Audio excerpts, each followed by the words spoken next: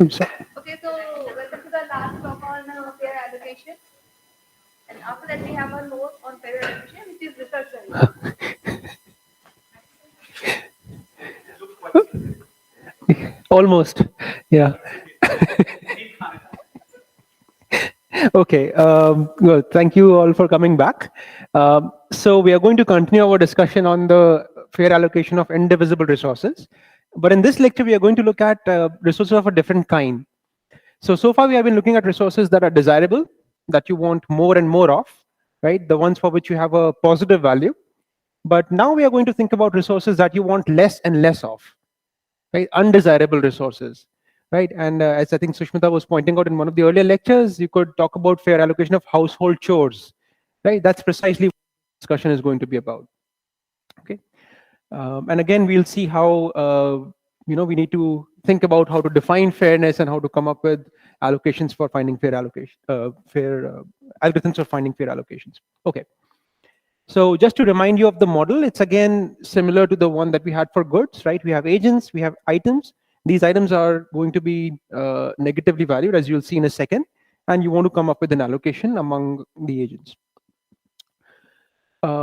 So far we have defined something called a valuation function, right? And a valuation function is something that associates a value or a number with every subset of items, right? So if I have these three items, A, B, and C, you have 2 to the 3 subsets of these items, and a valuation function associates with every subset a number, right? This is all you need to define the preferences of an agent completely, right? Easy to see that the description of this object grows exponentially as the number of items grows, right? So it's a complicated object. And that's why we made the additivity assumption to make our life a bit simple, right? So if you have additive valuations, the description of the valuation function grows only linearly in the number of items, right? I just need to tell you your values for the individual items, and from that I can reconstruct your value for any subset of items. Okay, so this was a simplifying assumption, but it helps greatly in algorithm design. Okay, so for this lecture, a useful notion would be that of a marginal value of an item. Okay, so the marginal value of item A for some agent, say the red agent, with respect to a given subset, say B and C, is defined as how much additional value A brings to the existing subset B and C, right? So there's a difference in the value of A added to B and C minus the original subset, the value of just B and C. Okay, so how much additional value you gain by adding A to your existing subset? That's the marginal of A with respect to this subset. Okay, all right. So based on the nature of this marginal, you can define various kinds of resources. Okay, so we say that an item A is a good, right? This is the setting that we have been looking at so far. If its marginal for all subsets of items is non-negative, right? So no matter what you have, adding this new item is not going to make you any worse off. It might make you better off. Okay, and an example of this you can think of as getting an extra GB of cloud storage, right? So no matter how much cloud storage you already have, an extra GB never hurts, right? You may have zero value for it, that's fine, but it certainly won't make you any worse. Okay. By a similar reasoning, you can define items that are chores or bads, okay? And these are items which have a non-positive marginal for every subset. Yes. Subsets of items, yes. No, these are, yeah, it is meaningful only if it does not contain that item. Otherwise, the marginal is zero, right? The difference, so the definition of marginal, so if this subset already contained the item, then these two things would be the same.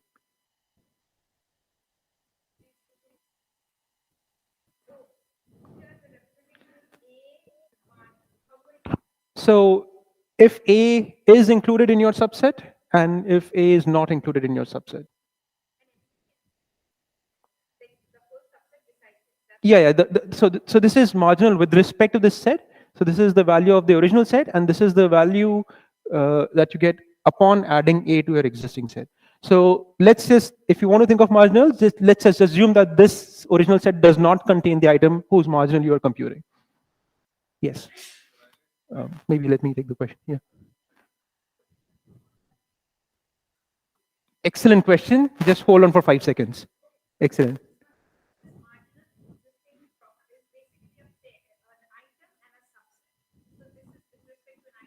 And an agent. Yes. Yes. Yeah, so you need the agent, you need the newly added item, and you need the existing subset to define a marginal. Okay, there was one more hand. Yeah.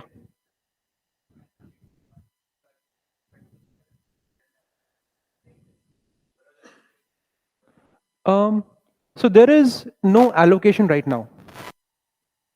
It's just subsets.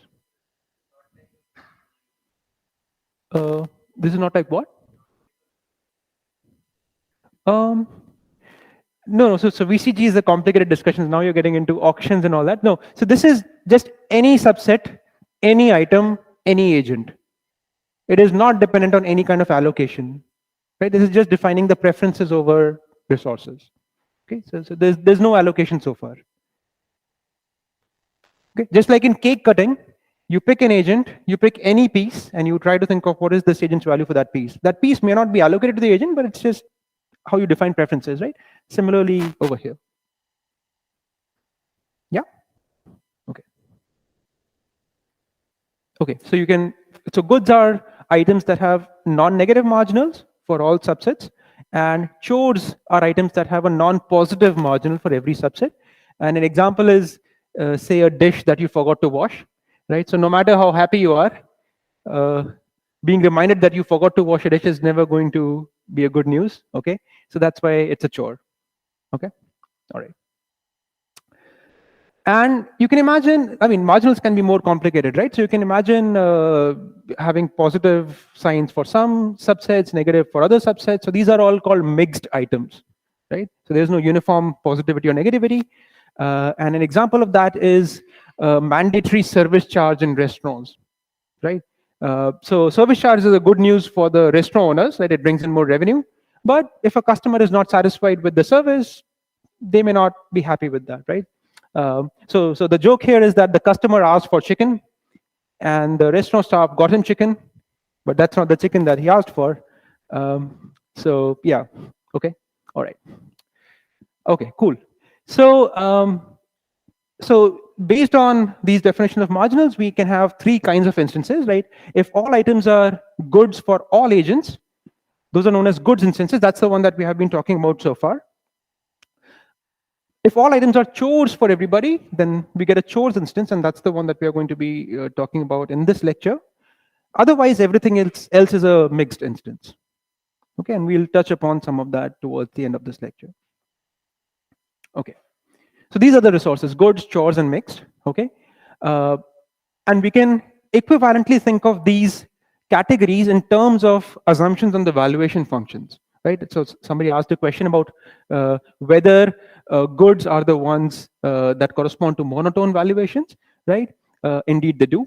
Okay, so anytime all items have a non-negative marginal for everybody, that's precisely equivalent to assuming that everyone has a monotone valuation function, right? Monotone increasing or monotone non-decreasing valuation function, right? Recall, monotone means that a superset is never worse, right? A superset is only weakly more preferred. Okay, so these are equivalent things. Again, a good exercise to check this. Okay, yeah, all right. Likewise, for chores, you can imagine these are equivalent with monotone decreasing valuations. Okay, and mixed is, well, mixed is complicated, right?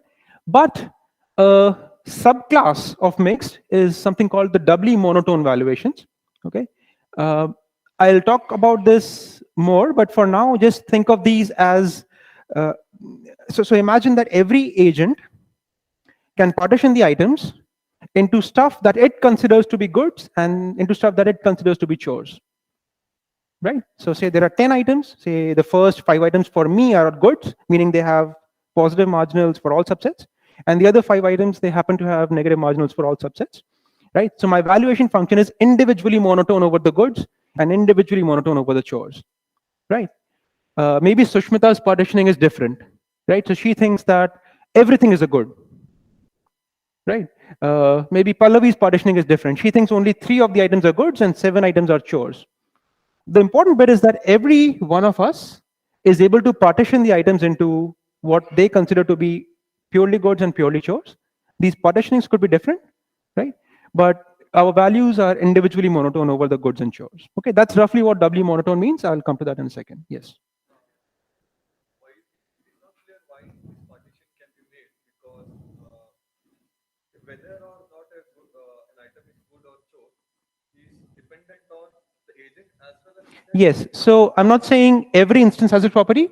I'm saying a subclass of mixed is doubly monotone. So mixed is a very, very broad class, right? The marginals can be all over the place, but a subclass of mixed is when agents can partition items into goods and chores in this manner, right? So that's why it's a subclass of that. With respect to one set S might be a good, but with respect to another set, it's a chore. Then we don't call it a good. Yes. So good is one that has non-negative marginals for every set. Yeah, yeah. But those instances are outside of doubly monotone. Yeah. Okay. So mixed is very, very complicated, very huge class. A small subclass of mixed is doubly monotone. Okay. Okay. Cool. So if you like thinking in terms of Venn diagrams, this whole blue region is the space of goods instances, and a subclass of goods is the additive instances, which we have already talked about. Okay. So additive implies monotone, but monotone is actually much more general, strictly more general. Likewise for chores, right? So monotone chores is the general thing, additive chores is the subclass. And for mixed, like I said, doubly monotone is a subclass of all mixed instances, right? And within doubly monotone, you find the monotone goods and monotone chores are sitting inside it, right? There are special classes of that. And within that, you have additive goods and additive chores. Right? So you can imagine there being an additive mixed instances subclass, and those overlap with goods only precisely in these boxes over here. Okay? No, additive mixed is a subclass of doubly monotone, in much the same way as additive goods is a subclass of monotone goods. Okay, so I'll give you examples of additive mixed. Okay, so for additive valuations, a typical instance looks like this, right? You have either zeros or positive numbers, right? And value for any subset is the sum again. For chores, you see negative numbers or zeros, and for mixed, an item could have a positive value for one agent and negative for another agent. That could happen, right?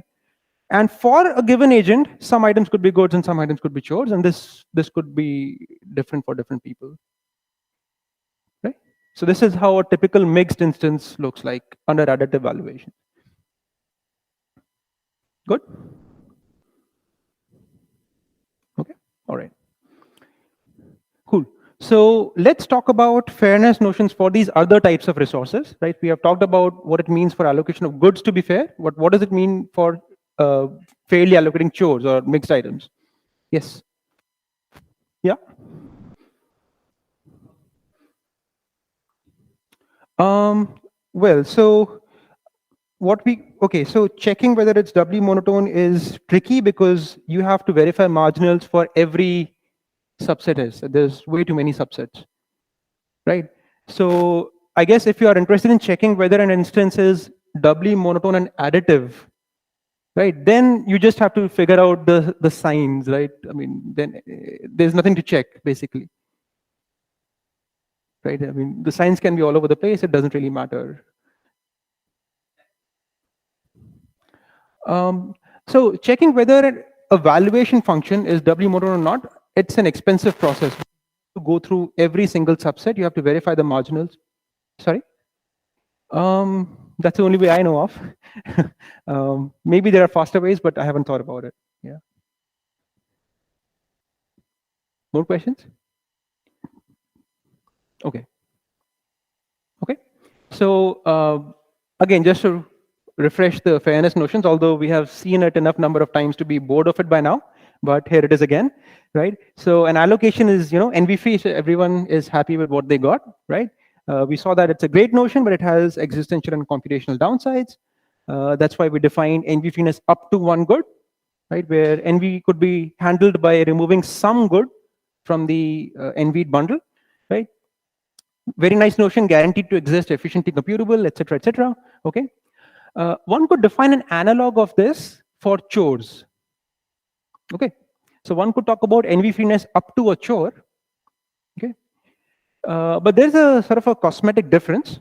Okay. So we say that an allocation of chores is EF1. So I'm going to again use EF1, but for chores. If for every pair of agents, there is a chore in the bundle of the NVS agent that you could remove in order to take out the NV. Okay, so if you remember the goods definition, let me just go back. Okay, maybe I don't have it here. So in the goods definition, you were removing a good from the NV'd bundle, from the bundle of some other agent, right? That makes sense because if you envy someone, it makes sense to remove some positive value from their bundle.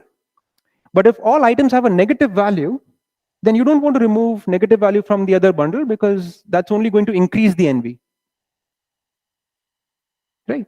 So you want to remove negative value from your own bundle in order to level up the envy, right? So in case of chores, when you define EF1, you remove stuff from your own bundle. Okay, in case of goods, you remove stuff from someone else's bundle. That's a sort of a cosmetic difference, but I think that's fairly natural because you're dealing with different kinds of resources.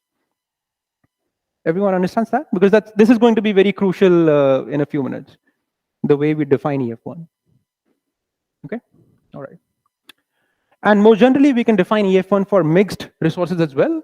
It basically says that you can eliminate envy by removing some item that you consider to be a good in the other bundle, or some item that you consider to be a chore in your own bundle. Okay, it's sort of the union of the two definitions that we saw before.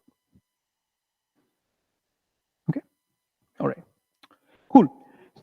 Yes.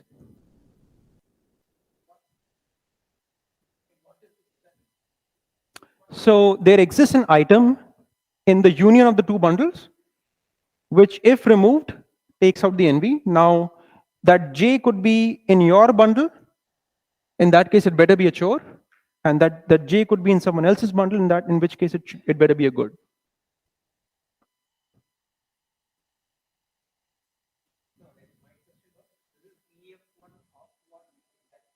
So an allocation is EF1. Yeah, so this is, again, I'm using EF1 to sort of overload the notation, right? But this is envy free up to an item, right? So if your instance happens to be a goods instance, then you recover the goods definition. If it's a chores instance, you recover the chores definition. Otherwise, it's a more general way of writing the same condition.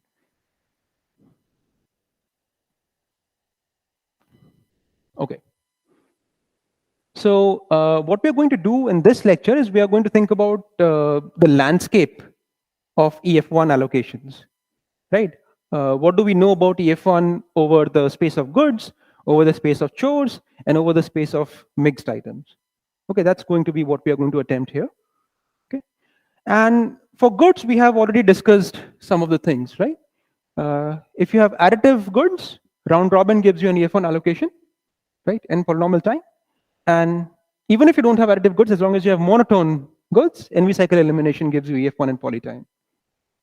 Right? So we have a very, very crisp understanding of EF1 for goods. Right? Okay. So let's try to do the same for the other resources. Okay. Okay. So this is the sort of picture that we are going to look at. And let's start by just thinking about the chores problem. And even there, let's first start by thinking about additive chores. Okay, that's the simplest setting that we don't know anything about yet. Okay, all right.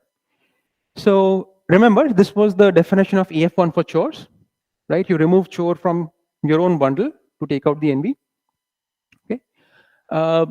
So what would be a natural way of trying to get EF1 for chores, for additive chores? Sure, but we have additivity as well. So is there something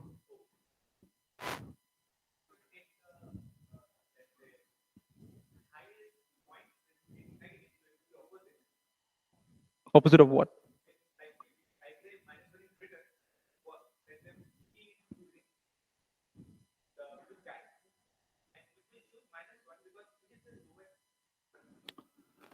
Sure. So you're asking agents to pick their favorite item? Okay. Do you remember anything, any algorithm that did that? Robin, exactly, right? So for goods, we know that for additive evaluations, round robin gives you EF1. A natural starting point would be, well, let's just try the same approach for additive chores, right? Why not? Right? It has good credibility, this algorithm, so let's try it, okay? And indeed, it works well, okay? So we don't have to break a sweat in order to get EF1 for chores. We get it right off the bat, okay? Let's see why. So first of all, how does it work? So note that even though the numbers are negative, every agent is still picking its favorite item, right? So you pick the item whose value is closest to 0, right? Those are the ones you like more, okay? So if the order is, say, red, blue, green, then red goes first, picks -1, blue goes and then picks 0, which is its favorite item now, okay? Green goes and then picks -1, then red, and then blue. Okay, and note that blue ends up with a chore that it really, really hates. But it has to pick it because round robin said so. Okay, cool. So why is this EF1? Very similar reasoning, right? So pick any pair of agents, red and blue, and analyze the NV of red towards blue. Okay. Again, there are two cases. Either red is ahead of blue or red is behind blue. If red is ahead of blue, then in every round, the chore that red picked is at least as preferable to it as the chore that blue picked in the same round, right? Now, in the last round, maybe red picked a chore, but we ran out of chores before it was blue's turn. That could happen. We don't know, right? So, but in all rounds up to the penultimate one, red likes its own bundle better, item for item, compared to blue's bundle. Yes? Okay. So what you can infer from just this picture is that up to the removal of this last chore, right, red likes its bundle better because of additivity. Same argument as for goods, right? Nothing very different. Yeah? Okay, cool. And that's why this is EF1, right? So what happens if red is behind blue? Anyone can anyone read this picture out for me?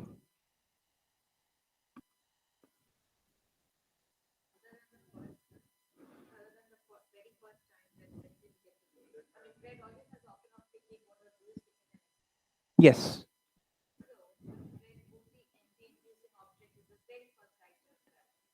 First item, last item, right? Because you might end up with a negative infinity chore in the last round, right? So this is the annoying object, right? This might lead to envy, but modulo this object, red likes its own bundle, item for item, better than that of blue's bundle, except for this first round chore, right? Okay, so why is this enough? So I understand that up to the removal of this chore, red likes its bundle better than a subset of blue's bundle. Why does it like it over entirety of blue's bundle? For EF1, we want to show that modulo C, this entire bundle of red is at least as good as the entire bundle of blue. What we have shown is that it's at least as good as this part of blue's bundle. These are chores, exactly, right? So adding more stuff is only going to make a bundle less likable.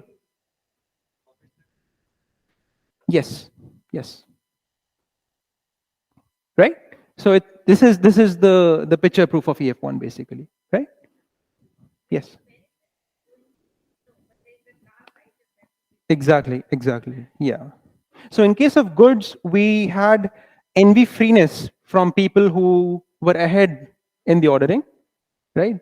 Here we may or may not have exact envy freeness, right? If you end up picking an item, so if you look at the case before this, right? You might, even if you're ahead in the queue, you might end up picking an extra chore that makes you unhappy. So in both cases, we have EF1, but none of the cases is provably envy free. Okay. All right. Questions about this? Okay. Sorry? Everything is a chore for everybody and values are additive. Yes, yes, because um,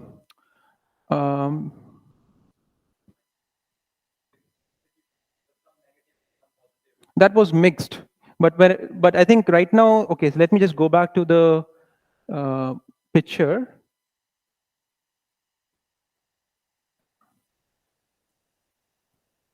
Yeah, so we were in this picture. We said we'll discuss chores and mixed, but we started by discussing pure chores problem.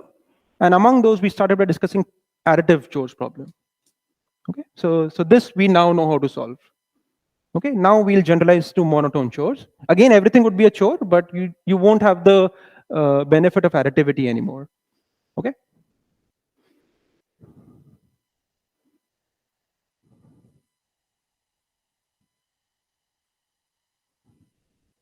Okay, cool. So we have conquered this box here using the round robin. Okay, let's move to monotone. Okay, any thoughts? NV cycle, right? There's only one bullet in the gun. Okay, there's only one technique we know of. Let's just try that. Okay, so this was the NV cycle algorithm for goods, right? We either give a good to a source vertex. If there's no source vertex, we resolve NV cycles until a source vertex shows up, and then we assign the good to that and repeat. Okay. So how should we change this algorithm for chores? Sorry, who's, yeah.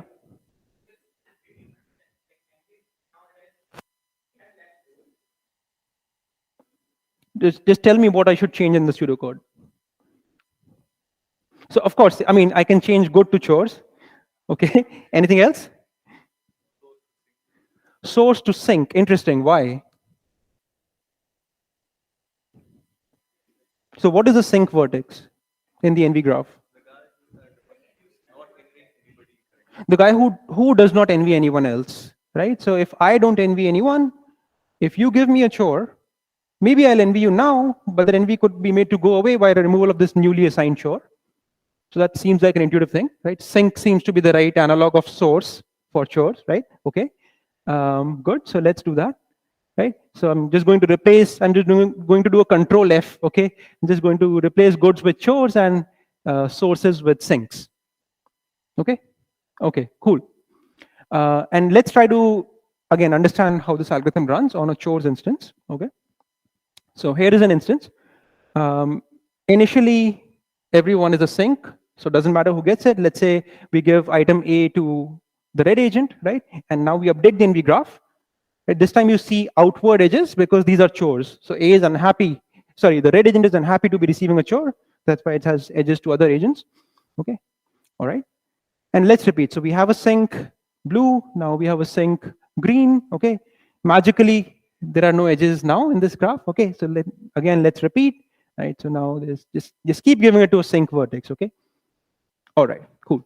So we didn't even have to appeal to the NV cycle step.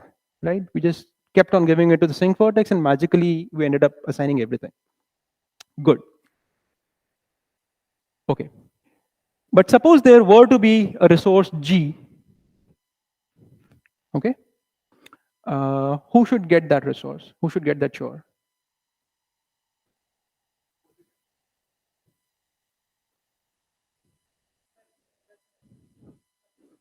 So first of all, is there a sink in this graph? No sink. Okay, so I have to do something else. Resolve a cycle, right? Okay, so let me do that. Okay, so there is no sink here. There's two NV cycles. Okay, let's resolve an NV cycle. So when I resolve this cycle, the BE bundle will go here, the CF bundle will come here, right? And the NV edges will also shift around accordingly, right? Same as for goods. Yeah, so let's do that. So I've done that. Okay. Anyone sees a problem? Yes.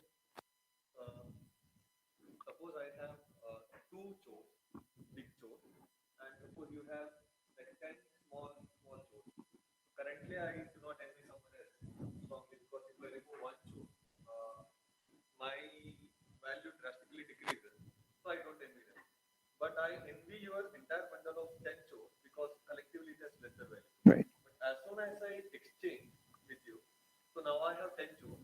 If I remove any chore, it has very Exactly. So earlier you had a very large offset. Now you don't. Yeah. Excellent. Excellent. Excellent.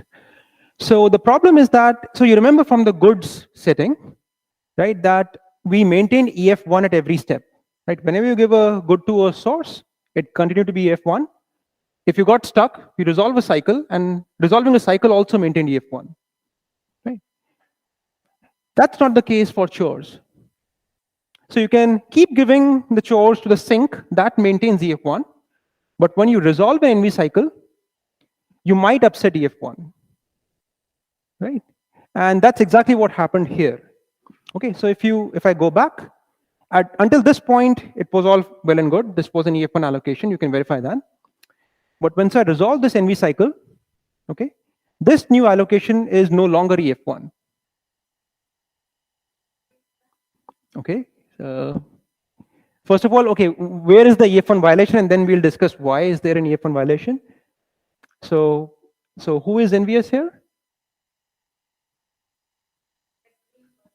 Exactly, right? So yeah, so green has a value of, so green's bundle is BE, right? It has a value of -6 for its own bundle, and its value for the red agent's bundle is -2, right? Now, no matter which chore it removes from its bundle, it will still be at -3. So it will continue to envy red, right? So this is clearly no longer EF1, right? So there is a problem. And the reason for that problem is essentially what Vishwa was pointing out, and that's because the old bundle of the green agent, right? So the old bundle was CF, remember?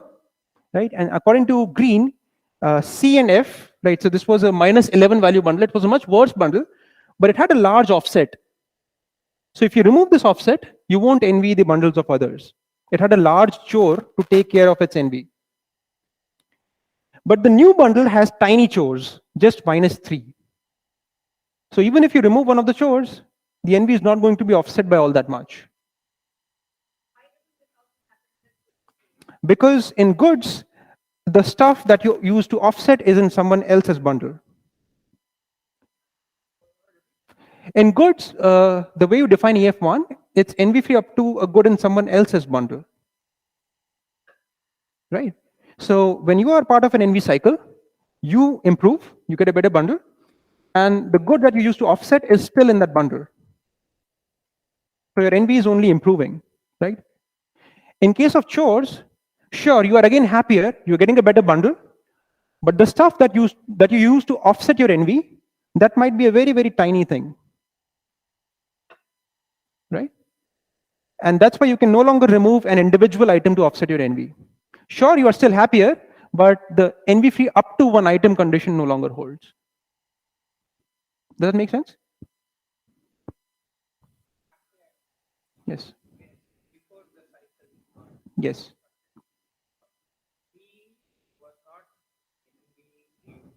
Let me go back. So this was where we were. Yes. Yeah, this is these are the only envy relations. Yes.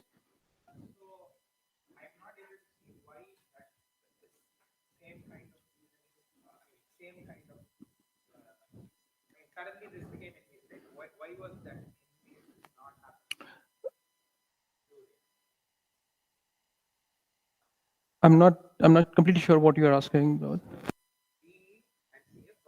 Correct. Not originally, yes. Right. Well, no. So this was the old NV graph. This is the new NV graph. Uh-huh.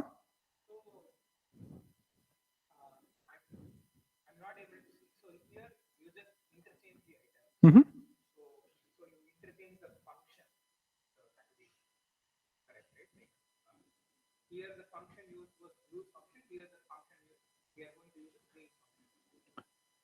So every agent is still having its own preferences. What I'm trying to say is that before you resolve the cycle, this was an EF1 allocation. Now in goods, after you resolve a cycle, it continues to be EF1. In chores, that's no longer the case. So there is somewhat of a diversion between goods and chores. Okay, so why? Right. So first of all, whenever you resolve an NV cycle, the participating agents always become happier. That's regardless of whether it's goods or chores or whatever. Right. But for goods, the way you define EF1 is NV free up to the removal of some good in the other bundle. Right. So suppose I NV'd some bundle before the cycle was resolved. Right. Now I got a new bundle. I became happier. Right. And the good I used to offset in the other bundle is still there. Right. So the magnitude of my NV towards the other bundle has shrunk, and the offset I can still use as before. So EF1 is preserved. Right. For chores, that's no longer the case because the offset lies with me. Right. So originally, I may have had a large NV for say Sushmita's bundle, but maybe I had a very bad chore. If I remove that minus infinity chore, right, I no longer envied Sushmita's bundle. But as part of NV cycle resolution, suppose I got Vishwa's bundle, which only had tiny negative epsilons in it. Right? Now, no matter which negative epsilon I throw away, it's not going to make any of a difference. Right? So now I have more than EF1 NV for Sushmita. I can no longer use that heavy offset that I could use before. Does that make sense? Okay, cool. Okay. Okay, so we don't have control over the offset in the incoming bundle. Right? This algorithm is not explicitly controlling for that, and that's why this problem is arising. Okay. Right. So the problem, the source of the problem, the source of the problem is this thing here. Okay, the NV cycle step, right?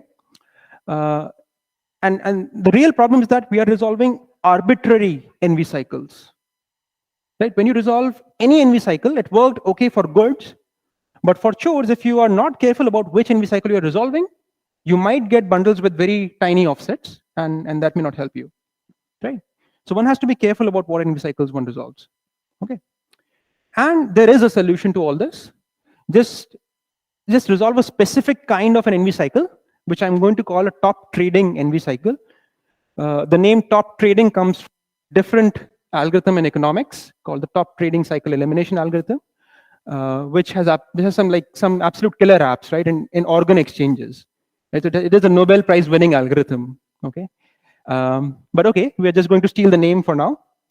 And a top trading NV cycle is one where every agent, so agents are still pointing to an NV bundle, right? But in top trading NV cycle, every agent is pointing to its favorite NV bundle, right? So I may have NV towards many of you, but say my favorite NV bundle is with Sushmita. So I'll just point to her, even though I have NV edges to all of you, right? Just my favorite NV bundle. If there so happens to be a cycle of such top NV edges, that's the one that we're going to call a top trading NV cycle. Okay. Okay. So what's special about the top trading NV cycle? So suppose there happens to be a cycle of people, right, who are all pointing to their favorite NV bundle, and it indeed cycles through. Okay. So what does it tell us?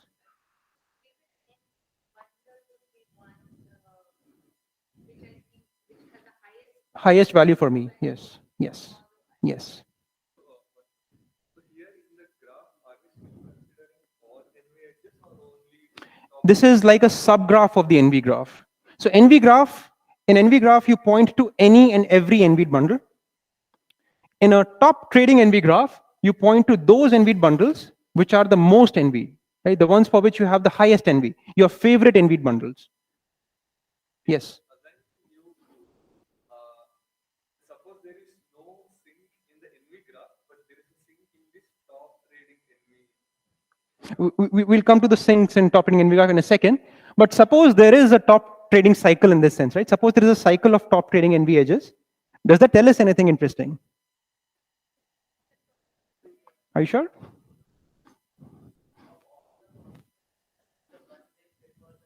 Yes. We could do it, but how does it help us? Exactly, it would be NV free, right? Everyone is getting their favorite bundle. If you get that, you are NV free. Forget about EF1, right?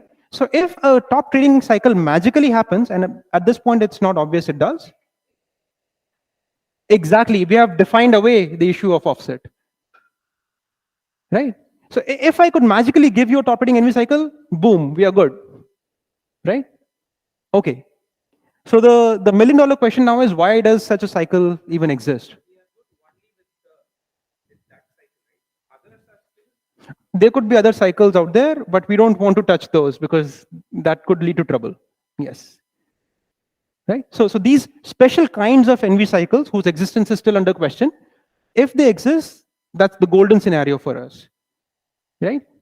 Okay. So I'm going to claim that such a cycle always exists if you don't have a sink agent. Anyone wants to think about why? Can you?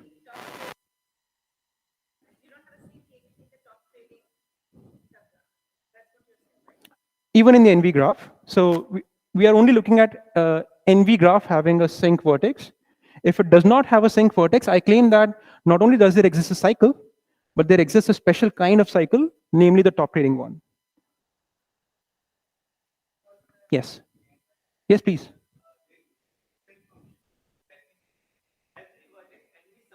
Correct.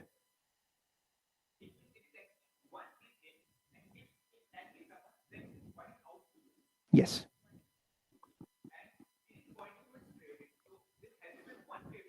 Indeed. I'm sorry, I don't have chocolates here, but that's a very chocolate-worthy answer. Okay, excellent. So the idea is exactly what you mentioned. What's your name again? Arvind. Okay. So Arvind is spot on. So I'll come to the example in a second.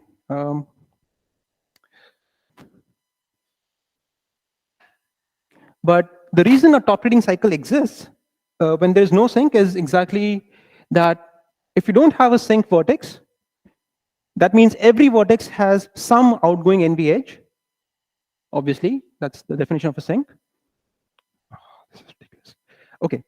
And that means there's got to be a favorite outgoing edge, right? Among all the outgoing edges, there's got to be one that you like the most, and that's to your most NV bundle. Good.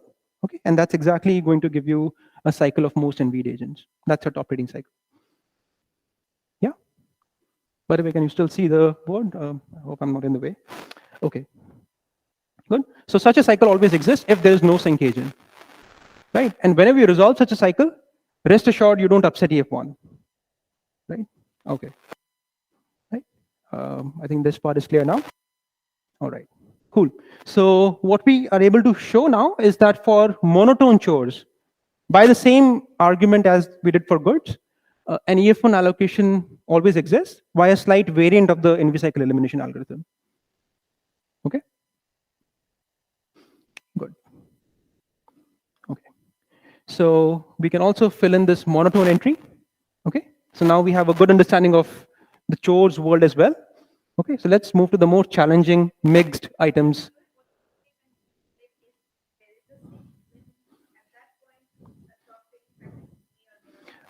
If there is a sink, we just give the chore to the sink. Yeah. So that's a good thing. If there's no sink, there exists a special kind of NV cycle. So by the way, even after you resolve a top-ending NV cycle, there could be other NV cycles in the NV graph. Okay, I'm not saying the NV graph becomes acyclic. I'm just saying you are able to resolve this special NV cycle. Okay, all right. Okay, so let's move to mixed very quickly. Okay, and let's again start with the simplest subdomain of mixed, which is additive mixed. Okay, and as soon as you see additive, I think a light bulb should come up, and you should think of round robin. Okay, okay. So recall. NV free for EF1 for mixed items is basically that you can eliminate NV by removing some good in the NV bundle or some chore in the NVS agents bundle. Okay. Okay. So here's some bad news. If you have both goods and chores, round robin no longer gives you EF1. Okay. So round robin helped us a lot for pure goods and pure chores instances. But if you have mixed resources, all bets are off. Okay, this is a simple example. So suppose red goes first, it picks item A, of course, and if blue goes second, it has to pick item B. But now if you stare at it, it's not an EF1 allocation, right? Blue has NV for red that cannot be resolved just by removing the good in A's bundle or just by removing the chore in B's bundle. Okay, so Sushmita went into the future and saw my slides. Called the this is called the double round robin algorithm. You're spot on. And the way it works is it's going to partition the items into two sets. Okay, it's a variation of round robin. It's going to partition the items into positive items and negative items. Don't confuse them with goods and chores. Okay, but they are closely related. So a positive item is one that has a strictly positive value for at least one agent, although it could have negative value for others. So it should be considered a good by at least one person. Okay. And a negative item is anything that is not in the positive set. Okay. So effectively, these are the ones that are considered chores by everyone else. Okay. Okay. So so in this picture, what is positive and what is negative? Very quickly. Is A a positive item or a negative item?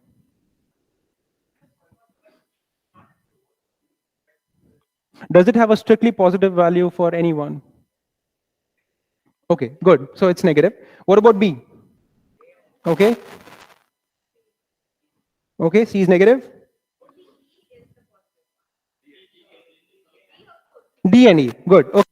Right. So we have two positive items because they have strictly positive value for at least one agent, possibly more, and the others are negative items.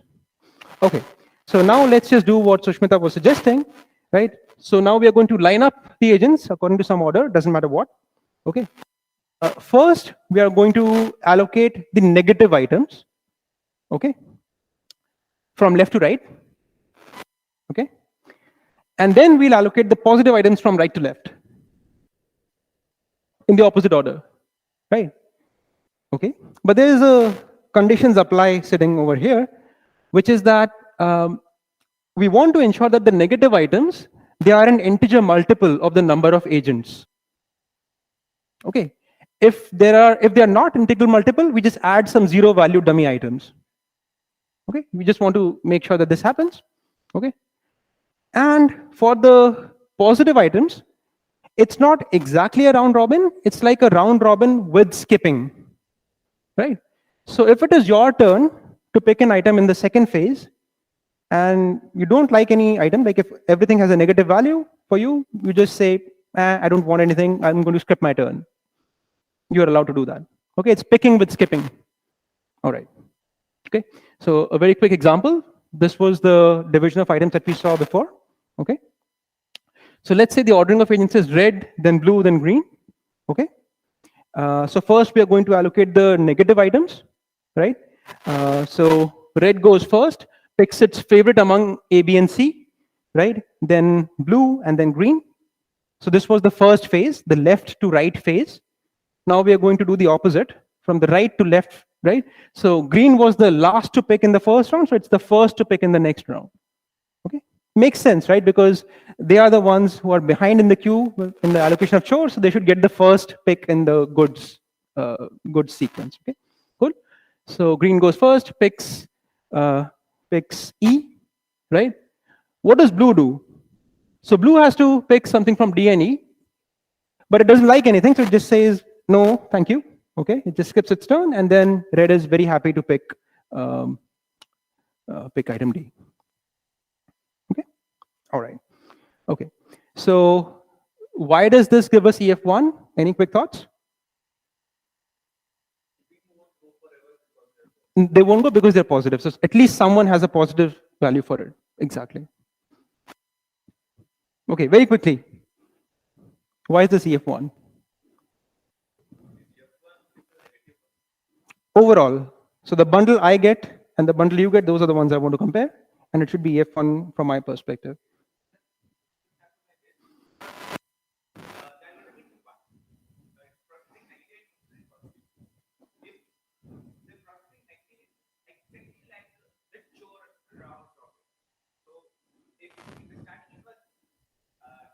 Mm-hmm. Okay. Okay.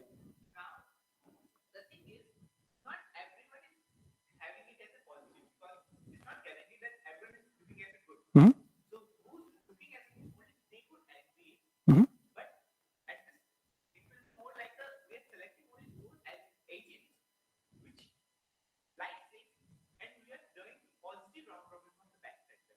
Okay.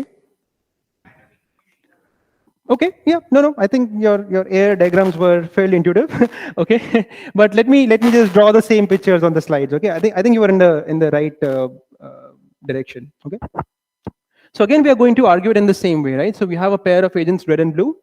Again, we are going to analyze the envy of red towards blue. And again, there are two cases, red before blue or blue before red. So let's say red is before blue in the first phase, in the left to right phase. Okay.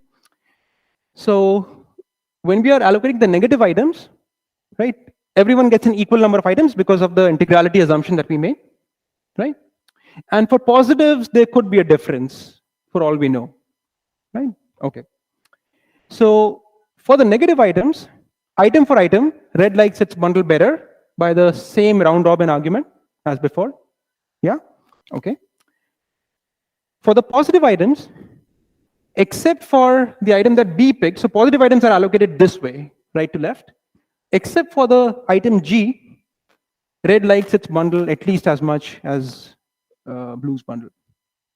Okay. So you have NV freeness at the top and EF1 at the bottom. If you add them up, thanks to additivity, you get EF1 overall. Okay. What about the other direction? So in the other direction, again, equal number of negatives, right?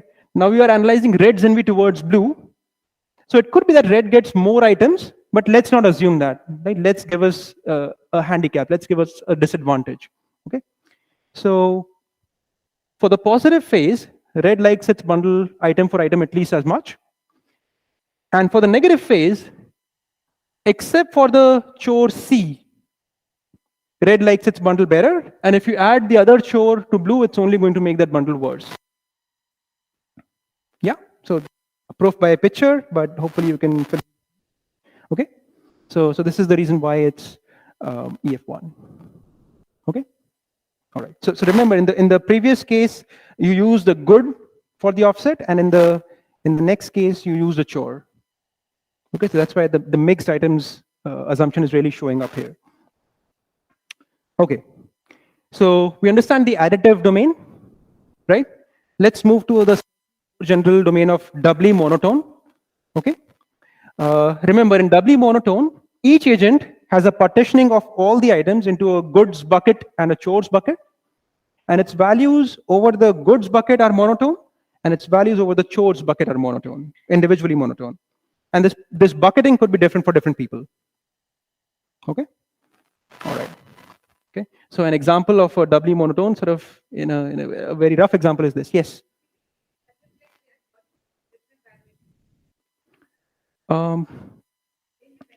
So you also have to think about marginals of adding a good to a chores bundle.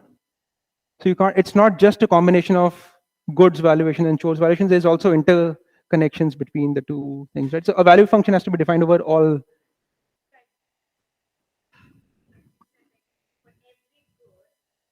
So yeah. So suppose I am the red agent. I have a partitioning that D and E according to me are goods, meaning for any subset, D has a non-negative marginal and E has a non-negative marginal, and A, B, and C have non-positive marginals. For any subset, according to me. For this blue agent, B, C, D, E all have positive marginals and A has a negative marginal for all subsets. Mm-hmm. For whom? Yeah, okay.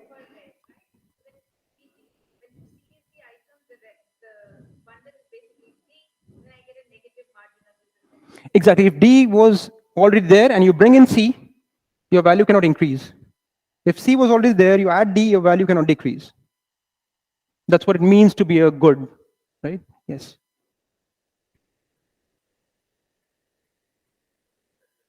We are not separating the valuation. The valuation function is still defined over every subset. It just so happens that for these items, all marginals are positive, and for these items, all marginals are negative. Our evaluation has this additional structure.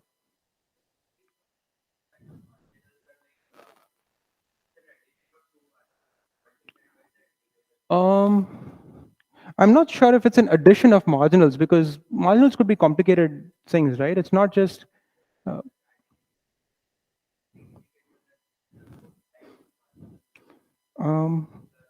maybe let's take this offline. It seems like somewhat of a technical discussion. Let's take this over lunch, okay? All right. But I hope the structure of doubly monotone is clear to you. Okay. Okay. So again, I'm going to partition the items into positive and negative, just like I did for double round robin. So positive items are items that are considered to be a good, right? So in this picture, the pluses for one or more agents, and the negative set is everything that is a chore for everybody. Okay. All right. And again, I'm not going to give the complete algorithm, but here's the scheme that works. So positive items, the stuff that is considered good by one or more people, you first allocate those using NV cycle elimination. Okay. And in the next phase, you allocate the negative items, the chores, using the top trading NV cycle elimination algorithm. Okay. There are a few details that I'm hiding here, but this combination of the two NV cycle variants, it actually gives you EF1 for W monotone items. Okay. So one has to be careful about how to define NV graph, but modulo that, this is the scheme that gives you EF1. Okay. All right. Cool. So even for doubly monotone, some combination of the two algorithms gives us EF1. So that's great. So what about mixed, right? So unfortunately, this is where the good news ends. So we don't know whether EF1 allocations always exist for general mixed instances or not, right? We don't have a counterexample, and all of the algorithmic techniques that we have, they don't seem to work either. Okay, because they all rely on this monotonicity assumption. So you can use them up to doubly monotone, but beyond that, it's not clear how to use these NV cycle ideas. So I think this is a very, very nice open problem to work on. Okay. All right. So these are the references. Let me stop here, and hopefully I'll see you in the afternoon. Yeah. Okay. Thanks.